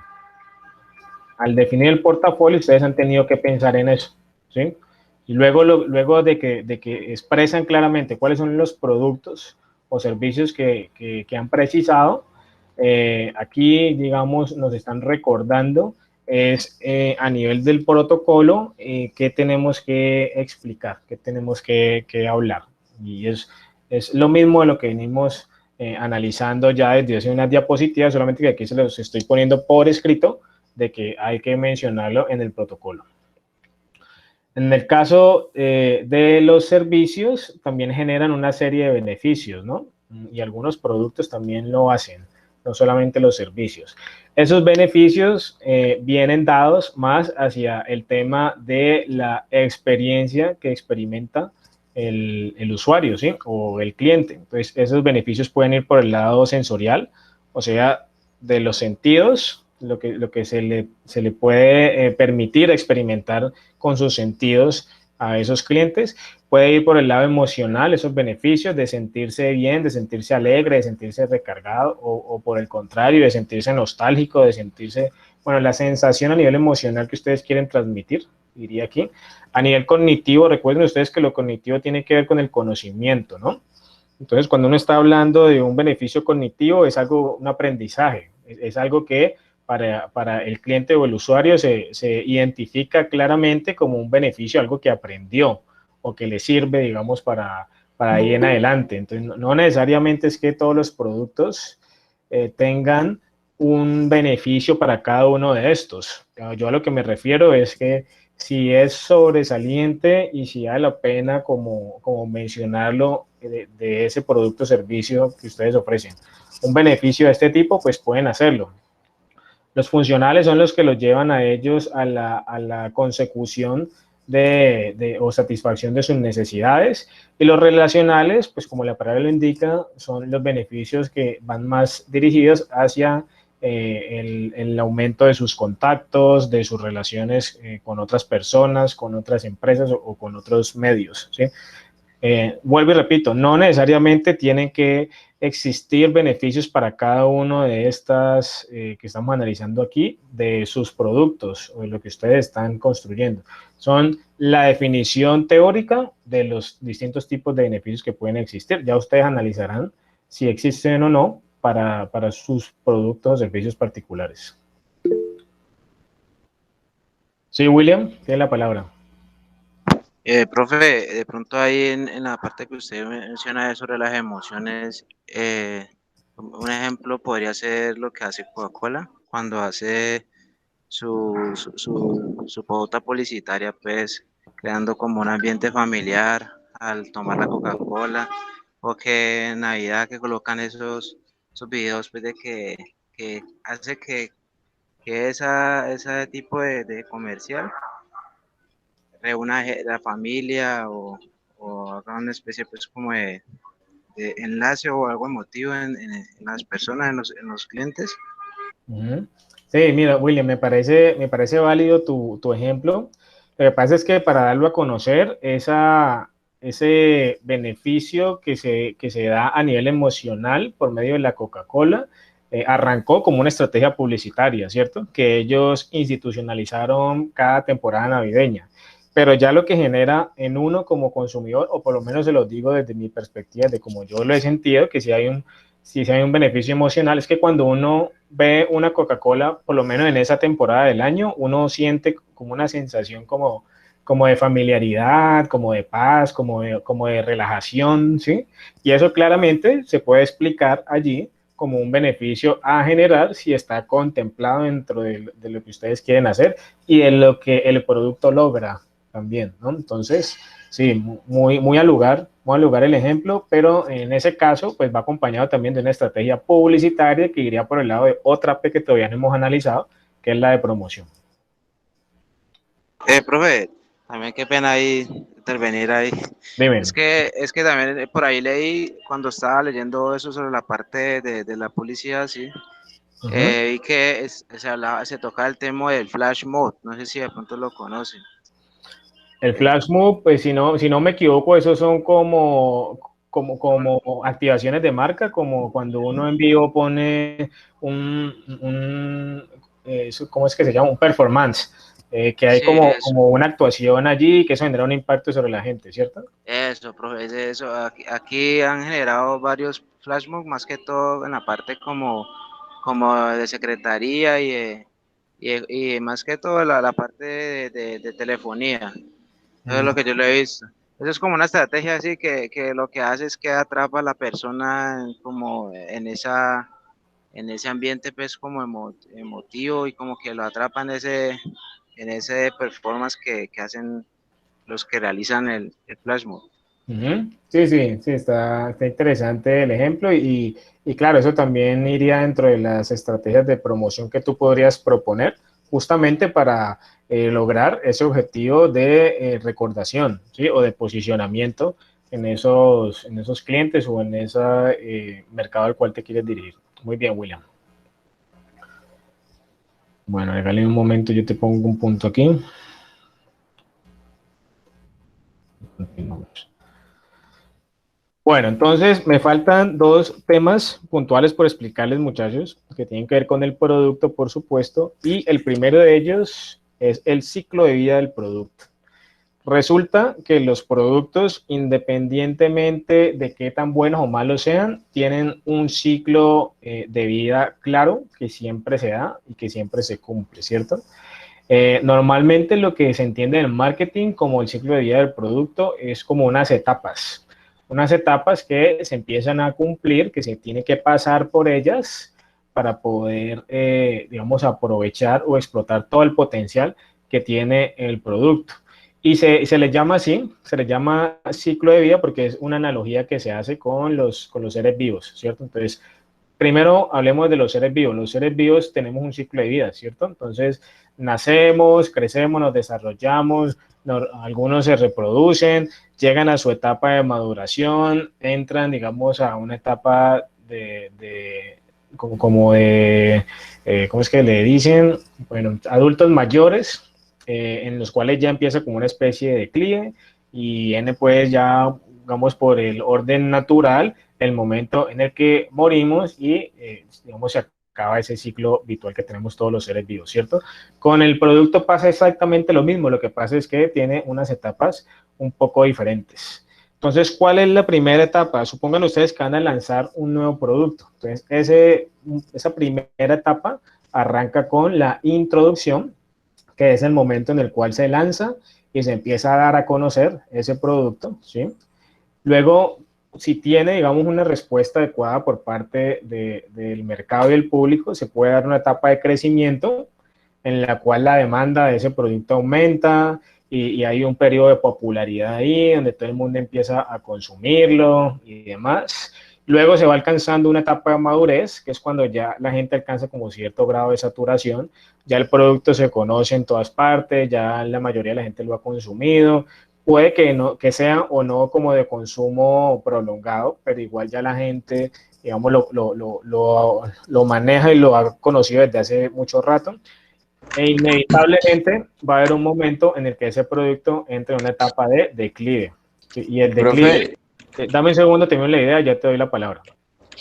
Viene una etapa de declive que es en la cual ya la demanda por ese producto conserva una tendencia decreciente hasta el punto en el cual ya son muy pocos, digamos, los interesados en el producto, digamos, es tan poco demandado que a la compañía ya no le da, pues, o no le interesa continuar ofertando ese producto, sino más bien enfocarse en un nuevo producto o en una nueva versión del producto actual, que sería como una forma de prolongarlo, que es lo que vamos a ver ahorita. Listo, ahorita sí, Brandon. Un buen ejemplo de eso podría ser la música, ¿no? Que es algo que se consume y ya llega a tal punto. Y pues por el ejemplo, un ejemplo es la canción esta de Despacito, que llegó a un punto en que sonaba eso 3 y 4 veces en una sola cuadra, hasta que ya nadie dejó de escucharla por el mismo hecho de que como que llega un punto de saturación que ya nadie quiere escuchar nada de eso. Y ahí yo creo que tú te refieres también como a tendencias y modas, que son aquellos momentos en los cuales se consume mucho un producto, y yo asocio también tu ejemplo como al tema de los géneros musicales, ¿no? Que hay unos que tienen ese ciclo de vida del que tú estás hablando. Por ejemplo, Claro, en la porque época... porque es que hay música también, y qué pena que lo corte, profe, hay música también que por más que sea vieja nunca pasa de moda, que un ejemplo de eso es la salsa, que por más que lleve 20, 30 años de haber creado una canción de salsa al día de hoy todavía sigue sonando. Es correcto. Y mira que ahorita vamos a analizar un esquema que se llama la matriz de producto, donde uno analiza como las características que puede tener un producto en términos de su demanda y en términos de la cuota de mercado que tiene. Ahorita lo vamos a ver. Pero yo llego a la misma conclusión tuya, y es que hay unos productos, en el caso de los géneros musicales, estamos hablando de productos musicales, que a pesar del tiempo se mantienen y tienen vigencia. Tal vez no tanto como en su momento de auge, pero la mantienen. Entonces, es, en otras palabras, como si todavía no hubieran salido de esa etapa de madurez, sino que aún se mantienen allí, en ese ciclo de vida, pero inevitablemente va a haber un momento en el que la música salsa, digamos, va a ser reemplazada por otros géneros, y solamente las personas que sean amantes del género o que sean melómanos o coleccionistas o algo así van a tener acceso a ella, como pasa mucho ahorita, por ejemplo, con los boleros o con la música clásica, que no es que haya desaparecido del todo, pero ya no es un producto que sea rentable para que las empresas, que en este caso serían como las productoras musicales, se dediquen a ofertarlo. ¿Sí me entiendes? Sí, señor. Listo, Brando, muy bien. Muchas gracias por tu ejemplo. Iván, ¿quieres comentar algo? Tengo unos días el servicio, los servicios públicos. O Escuchamos sea, ¿cómo cortado, sería la ¿no? introducción y el momento de su retiro? Hola, Iván, ¿Cómo, no te profe? escuchamos bien porque la señal no se te escucha, está entrecortada. ¿Puedes repetir, por Ya, favor? una consulta. Dale, el ciclo del producto en el caso de los servicios públicos sería una introducción y un retiro inmediato, ¿o cómo es catalogado ese servicio? Mira, los servicios públicos, como son un producto, digamos, que no podemos dejar de consumir a diferencia de otros, por ejemplo, lo que estamos hablando ahorita de la música, ciertos géneros dejan de demandarse y son sustituidos por otros. Pero ¿cómo sustituye usted un servicio público? A no ser que aparezca una fuente alterna generadora de servicios públicos, en este caso, pues seguirá todavía vigente en la etapa de madurez. Pero cuando empezó el servicio público, esa etapa de introducción, es cuando recién, por ejemplo, aquí en Cali, empezaron a ofertarse los servicios públicos de energía y acueducto, que fue hace muchísimos años. Ahí fue la etapa de introducción, que digamos, en todas las comunas y en todas las partes de la ciudad empezó a consumirse ese tipo de servicios. Pero es que ya hay un elemento complejo de por medio, y es que los servicios públicos normalmente están en un mercado que es un monopolio estatal. Es el caso en Cali, por ejemplo, y otras entidades públicas, donde el gobierno coge ciertos tipos de servicios que por ser altamente rentables los monopoliza y los explota, ¿sí? Y garantiza también ciertos niveles de calidad de otra cosa, pero no deja que entren competidores, o si pueden entrar, tienen barreras muy altas, es decir, tienen que hacer inversiones muy costosas y no es rentable tampoco para ellos. Pero tomando el ejemplo que tú dices, los servicios públicos, en el caso de Cali, hace rato pasaron por esa etapa de introducción, por el periodo de crecimiento, el cual todavía se sigue dando, por lo menos en las partes de la ciudad, hacia donde se está extendiendo la ciudad, que es como hacia el sur, hacia Jamundí y Pance, y aquí un poco también en el norte, como hacia Yumbo, pero no tanto como en el sur. pero en términos generales podemos decir que se encuentra en una etapa de madurez. Lo que pasa es que estas empresas públicas también, además del monopolio estatal, han encontrado como unas formas de reinventarse, ¿sí? De reinventarse y de mejorar sus servicios y de ampliarlos, cosa que si no sucede, finalmente van a terminar llegando a esta etapa de declive y desaparición, ¿no? Que es lógica que en un momento suceda. Entonces, la energía tal cual como nos la transmiten ahorita, que es la energía eléctrica por el cableado estructural y todo eso, puede que sea sucedida o reemplazada dentro de unos años, no sé, por otro tipo de tecnología, por paneles solares o por otro tipo de tecnología que sea más sofisticada y que reemplace la actual, que reemplace el servicio actual, independientemente que sigan siendo empresas públicas o no quienes lo den. Y en ese momento entonces habrá llegado al declive ese tipo de servicios. Mientras tanto, mientras lo sigamos consumiendo y siga habiendo demanda, pues no ha acabado el ciclo. Es decir, sigue vivo el servicio hasta cuando le llegue su momento, por así decirlo. Bueno, Johanna, ¿tienes una pregunta? Sí, profe. En todas las etapas del cuando ya empieza pues como a declinar lo que es el producto en sí, veo que también hay algunas compañías que evitan ese declive del producto. O sea, lanzan el producto, el producto empieza en crecimiento, pero tratan de sostenerlo en esa madurez. Porque, por ejemplo, Coca-Cola lleva años en el mercado y cuando Coca-Cola empieza a bajar, ellos empiezan a lanzar comerciales, empiezan a hacerle una publicidad para poder que el producto no decaiga. Entonces, yo creeré, ¿no? No sé, me corrige que todo depende de pronto de la empresa y de su producto, del producto wow, pues el consentido pues de cada compañía. Muy bien, Johanna. Mira, ahí te puse un punto porque también te me adelantaste un poco a la explicación que iba a realizarles y es que normalmente las empresas, cuando son conscientes de ese ciclo de vida de sus productos, pues empiezan a hacer unas gestiones para poder darle algún tipo de aprovechamiento adicional o a poder prolongar, digamos, la vida útil de esos productos, ¿no? Entonces hay tres cosas que pueden hacer y que normalmente hacen, que es lo que han hecho como Coca-Cola, que es la que tú mencionabas en tu ejemplo. ¿Qué puede hacer entonces una empresa que está confirmando que el ciclo de vida de su producto está llegando al declive?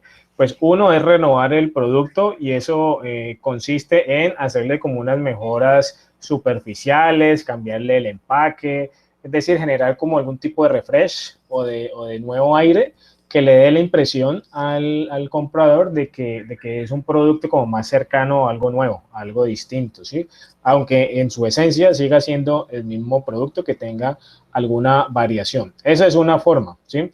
Pero hay otra decisión que podrían tomar para alargar ese ciclo de vida que va por el lado de la sustitución del producto, que allí es como si estuviéramos reemplazándolo, por eso se llama sustitución del producto, porque se sigue satisfaciendo la misma necesidad, simplemente que a partir de otro producto, que este producto, pues a partir de la existencia de nuevas tecnologías o de nuevas materias primas, insumos, pues ya puede ser, digamos, un poquito más fácil de fabricar, de masificar, de hacer llegar a las personas y se le ofrece como un producto, digamos, que reemplaza el anterior, en el cual ya la gente había perdido algo de interés. Y tal vez la práctica más usada por la mayoría de las empresas es ampliar la gama.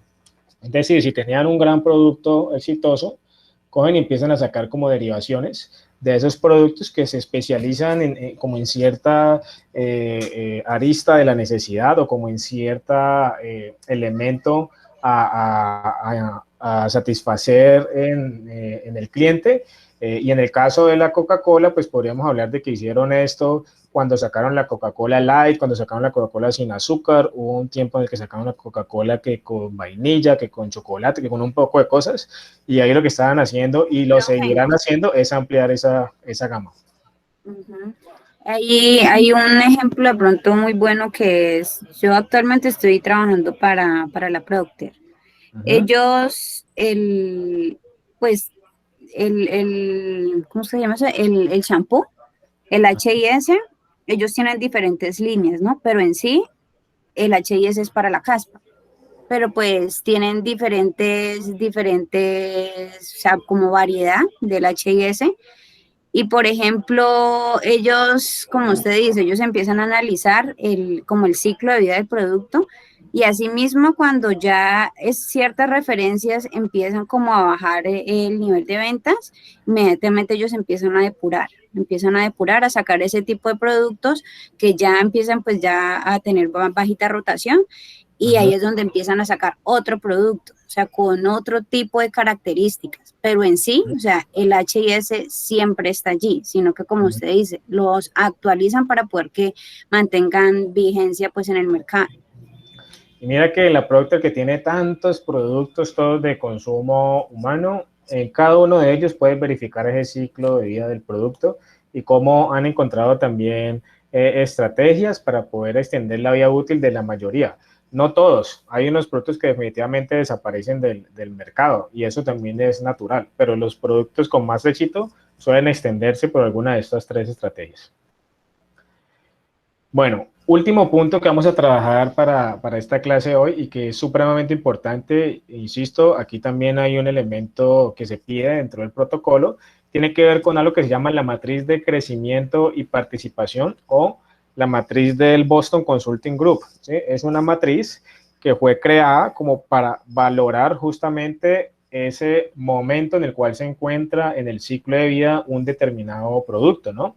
Y aparecen ahí dos variables indispensables sobre las cuales se desarrolla todo el análisis, que es la tasa de crecimiento del producto en el negocio y la cuota del mercado relativa, o sea, qué tanta participación tiene en el negocio. Entonces, ¿qué es la matriz del Boston Consulting Group? Bueno, antes de eso, contarles que el Boston Consulting Group es una compañía de consultoría estadounidense que hace muchos años, dentro de sus desarrollos, se inventó esta matriz que ustedes están viendo ahí, que básicamente son 4 recuadros que se organizan así y que se le coloca en el lado como izquierdo vertical. Se coloca aquí una medida de potencial de crecimiento del mercado, donde entre más hacia arriba estemos, más potencial tiene el producto, y donde más hacia abajo estemos, menos potencial de crecimiento tiene el producto. Y aquí en la parte horizontal inferior se ubica, es más, la parte de la participación en el mercado o la cuota de mercado que tiene ese producto. Entonces, entre menos cuota de producto tenga buena redundancia, un producto en el mercado, más hacia la derecha va a estar, o sea, más débil es, y entre mayor participación tenga en esa torta del mercado, pues más hacia la izquierda va a estar. ¿Cuál es la utilidad de esta matriz del Boston Consulting Group? Pues que nos coge ese ciclo de vida del producto del que estábamos hablando y nos lo ubica estratégicamente aquí y nos permite hacer un análisis de nuestros productos para ver entonces en qué punto podríamos ubicarlo.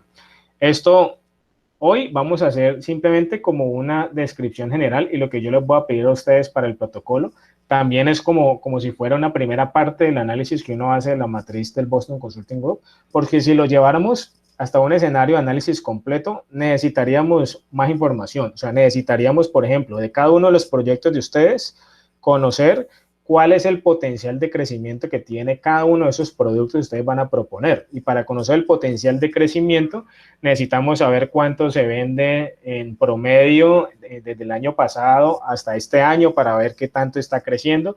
Y necesitamos saber entonces qué tanta porción de mercado tienen los productos que ustedes están vendiendo. Como la mayoría son empresas nuevas, no tienen esta información y no tienen entonces cómo hacer este análisis hasta el final. Pero sí podemos hacer el análisis inicial, que es ubicar dentro de esta matriz, de acuerdo a la información que ustedes han recogido de la industria y de los mismos productos que están estableciendo, para ubicarlos en este análisis que yo les voy a explicar.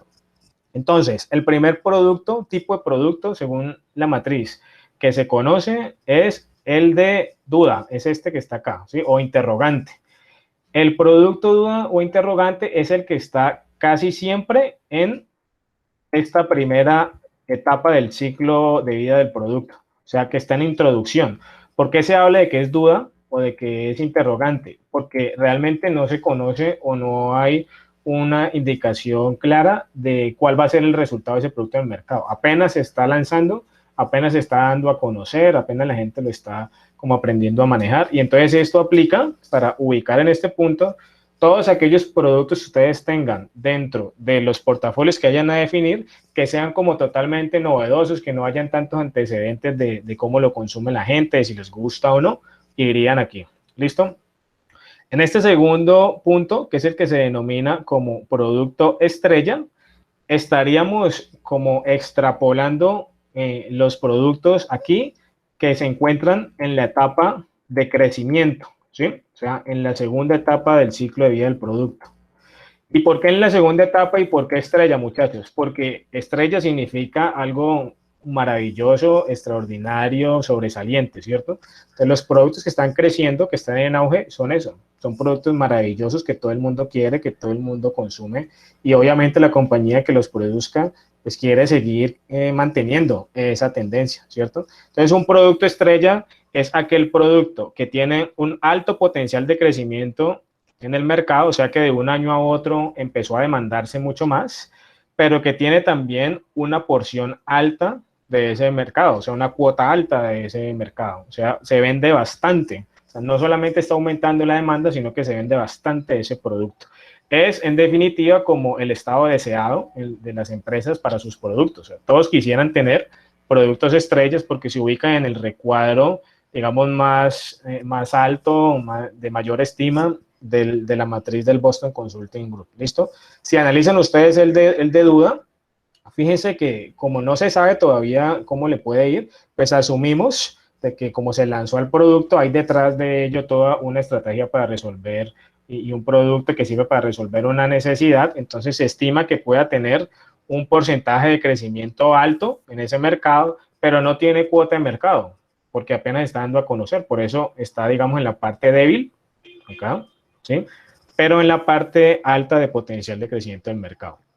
Ahora vamos a analizar este recuadro, que es el de vaca, de los productos que se denominan vaca, y se habla de vaca porque las vacas, ¿qué se hace con las vaquitas? Las vaquitas se les saca leche, obviamente, y se explotan ese producto muchas veces de manera prolongada hasta que ya el animal pues no está en condiciones de dar leche, ¿no? Y por eso es que de ahí viene el viejo dicho de que le sacan la leche a uno y que se aprovechan de uno, es porque se tiene, digamos, la conciencia o el imaginario colectivo de que los productos que son vacas lecheras es a los que más se les puede exprimir y a los que más se les puede sacar utilidad. ¿Cuáles son los productos que se consideran vacas lecheras? Pues los que tienen un bajo potencial de crecimiento porque ya crecieron. O sea, estaban creciendo cuando tenían alta demanda, pero luego, por ley de oferta y demanda, pues empezó a ser cada vez menor ese crecimiento hasta el punto en el que ya no crecen mucho, sino que se mantienen. Entonces, el hecho de que se mantengan en el mercado quiere decir que tienen una cuota alta, una participación importante, y por eso están en el lado izquierdo de la medida horizontal. O sea, tienen una alta participación en el mercado, pero tienen un bajo potencial de crecimiento. Si lo trasladáramos hacia el ciclo de vida del producto, serían esos productos que están en etapa de madurez, ¿ok? En este punto, en esta tercera etapa acá. Y finalmente, el último recuadro es en el cual ubicamos los productos o servicios que son considerados perros. Bueno, lo que se trata de transmitir aquí con el significado del perro es que es algo común, es algo como que las personas ya no valoran mucho, por más que en la vida real no sea así, ¿no? Yo, por ejemplo, soy amante de los animales, pero cuando se definió esta matriz del Boston Consulting Group, se habla de que son productos perros los productos que tienden ya como a desaparecer, que no son tan valorados, ¿listo? Esa es como la idea detrás de esto. ¿Cómo lo identificamos? Pues lo identificamos porque son productos que tienen bajo potencial de crecimiento en el mercado, como lo notan aquí, y además tienen baja participación en el mercado, que son los productos que tienden a desaparecer, porque ya no existe casi demanda, porque ya la gente no los está consumiendo, porque ya las empresas al ver eso tampoco lo están ofertando. Entonces les quiero colocar un ejemplo concreto para que veamos como algunos casos de estos tipos de productos de acuerdo al ciclo en el que estamos. Yo no sé si ustedes se acuerdan, hace muchos años cuando se popularizaron los reproductores de música MP3 y Apple, por ejemplo, sacó uno que se llamó el iPod. ¿Sí se acuerdan?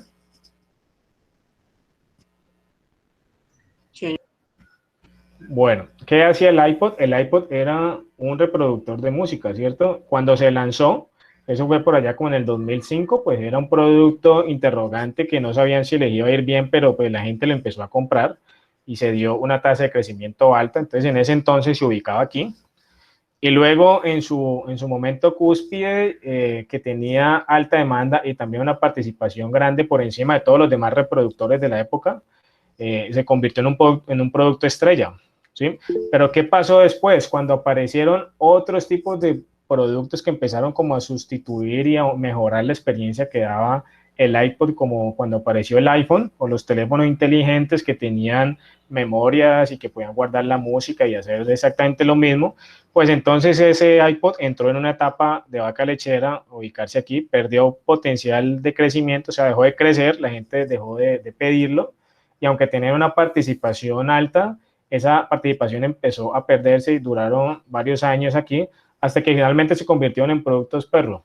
¿Por qué? Porque ya ni tenían participación, ni tenían tampoco potencial de crecimiento, sino que tendían a desaparecer porque se encontraban en la etapa de declive. Y efectivamente ya hoy en día no los venden. Usted no consigue un iPod, o de pronto sí puede buscar, es como un reproductor MP3, pero son, digamos, de marcas que se han dedicado como a hacerlo por cumplir con esa demanda, pero no porque sea algo con potencial de crecimiento o algo así, ¿no? Porque miren que ya reproductores de MP3 no se venden, así como también se dejaron de vender los compact disc antes de eso, ¿sí? Así como antes de eso se dejaron de vender los vinilos, esos grandotes negros que utilizaban, ¿sí? Entonces, cada vez que ha salido una nueva tecnología, un nuevo producto, ha hecho que algunos otros vayan desapareciendo porque los sustituyen. Y a lo que yo los quiero invitar a ustedes es a que piensen de ese portafolio que van a definir, en qué momento de estos o en qué recuadro se lo ubicarían ustedes, y no es solamente colocar en qué recuadro, sino que luego tienen que justificarlo, o sea, tienen que decir por qué consideran que está en ese lugar. Obviamente va a ser como un análisis más descriptivo lo que ustedes hacen aquí a partir de la información que han investigado y todo, porque no tenemos como datos del potencial de crecimiento de ese producto, ¿sí? A menos de que ustedes lo encuentren y ustedes digan, nosotros en lo que investigamos encontramos que el producto de panadería que más demanda la gente es el pan integral tipo pan queso, ¿sí?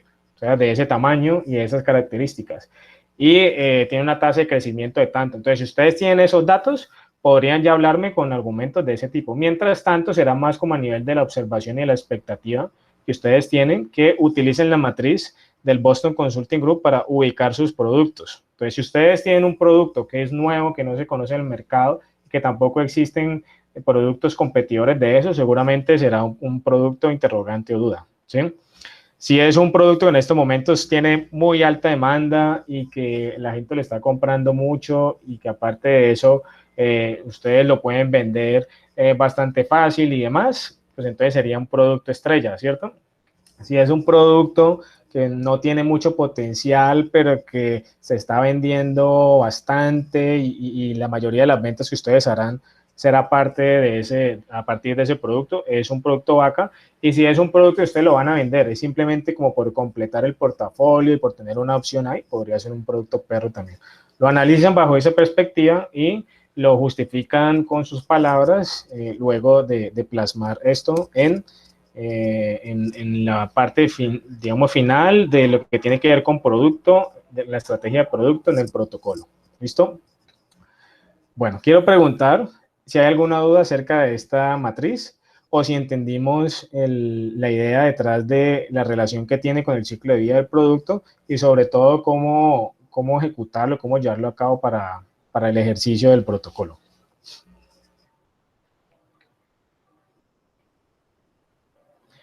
Aquí Giovanna dice, profe, porfa, ¿puede explicar los dos primeros? ¿Los dos primeros qué? Ah, ya, profe, los dos primeros, el estrella y duda, pero ya escuché. Gracias, profe.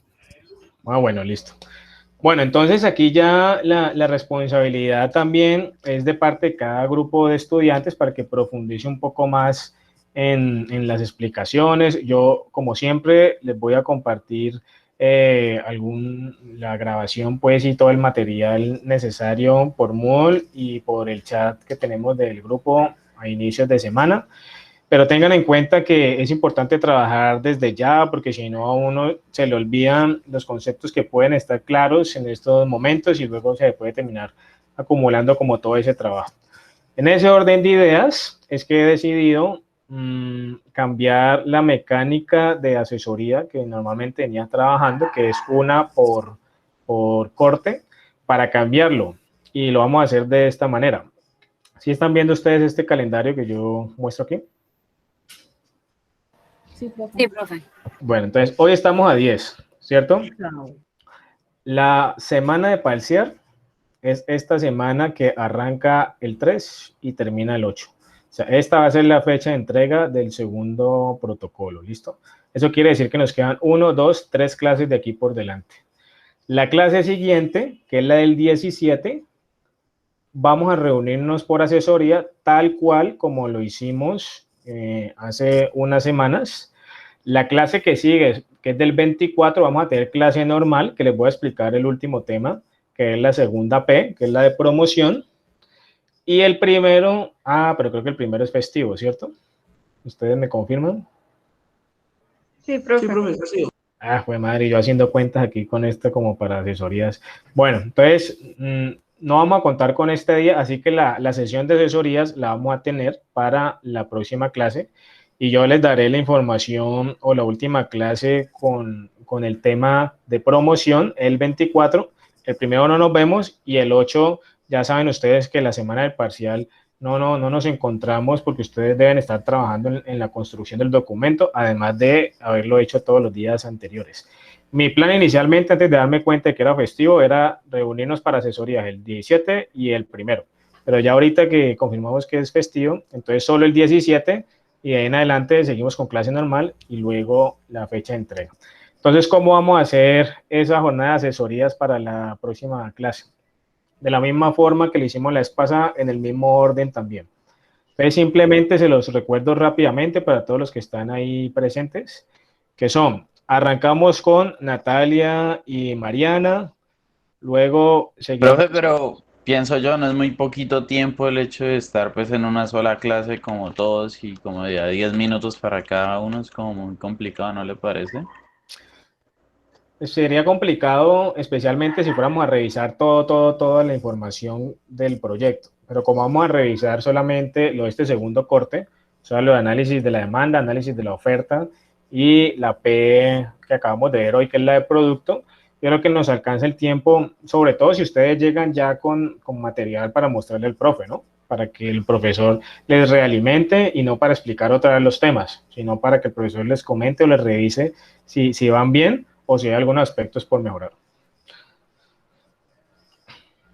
Bueno, entonces recordando aquí rápidamente el grupo 1, que es el de Natalia, Mariana y Juan José, arrancamos con ustedes, luego seguiremos con el grupo de Diana e Iván, luego continuaremos con el grupo de Joana y de María Isabel, después seguimos con el de Brandon, Alejandra y Joana Revelo, después seguimos con el de Ingrid y Cruz y el de Juan Manuel. Profe, me saltó.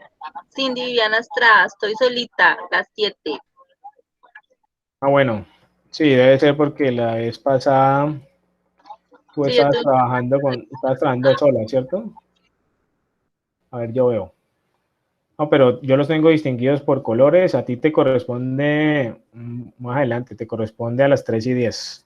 Cindy. Ok, qué pena, profe, gracias. Ahí ya iba a leerte. Iba por Ingrid y Juan Manuel a las 2:50. Y ahí seguíamos con Luisa Valentina y Lina María a las 3 de la tarde. Ahí sí sigue Cindy a las 3:10.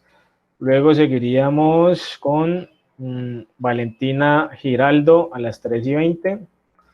Luego continuaríamos con Catherine y Jamie Lorena a las 3:30. Luego con Karen Andrea, Ana María y Aldair a las 3:40. Luego con Caterine y Eduardo a las 3:50. Y ahí en adelante tengo entendido que son grupos individuales y si hace falta aprovecharemos el tiempo restante o reprogramamos porque yo tengo otra clase ahora a las 4. ¿listo? Entonces, con el ánimo de poder atenderlos a todos, vamos a ver si nos alcanzan las 2 horas y si no, pues extenderemos el tiempo de atención. ¿Listo? Profe, ¿Sí? ¿el protocolo y la clase la envías cuándo y por dónde lo envías? ¿Lo subes al módulo o por WhatsApp? Por ambos medios. Se los envío ahorita a principios de la próxima semana, pero ya ustedes tienen más o menos claro sobre qué temas ir trabajando. Así que el lunes les estaré compartiendo toda la información y la revisión o el avance, pues ir en torno a lo que hemos hecho prácticamente las 2 últimas clases, esta y la anterior. Bueno, chicos, preguntas, dudas. ¿Todo bien hasta ahora? Hola, profe. Sí, pues hasta el momento sí. Yo quiero hacerte una consulta que no tiene que ver con la clase. Entonces, no sé si ahorita que ya me saliste, pues me permites un momento, no a solas porque pues no, sino que quiero preguntarte, hacer una consulta quiero hacer, no es referente a la clase. Bueno, Diana, listo. Entonces, no vamos a hacer llamado a lista ahorita, vamos a dejar hasta aquí. Y bueno, ya sabemos en qué tenemos que trabajar. Nos veremos en 8 días. Desearles un resto de fin de semana, de feliz fin de semana a todos. Cuídense mucho, ya que estamos como en el tercer pico de la pandemia, al igual que sus familias.